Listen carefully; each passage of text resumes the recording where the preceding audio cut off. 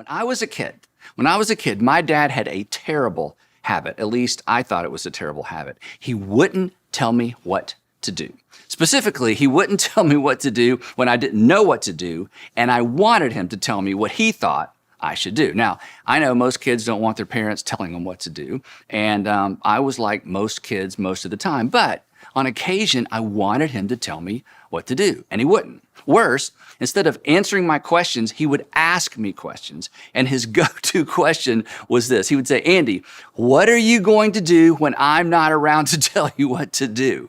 It would just drive me crazy, and my go-to response to his go-to question is, "Dad, but you are around, so tell me."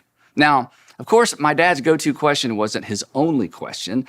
During middle school and high school, his arsenal of questions included one of the 5 questions that we're going to explore later.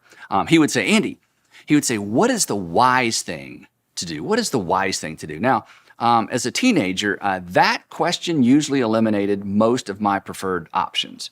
But, when I took it seriously, it actually eliminated a lot of unnecessary regret as well. Now, what I didn't appreciate then that I most certainly appreciate now was why.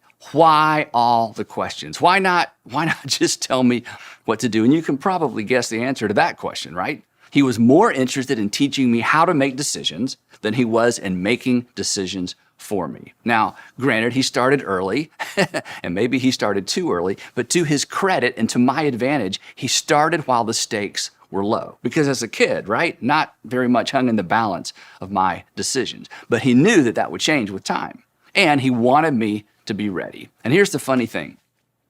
I've actually employed this same strategy with my kids, or at least I've tried to anyway. Who knows, maybe one day they'll write a book about it.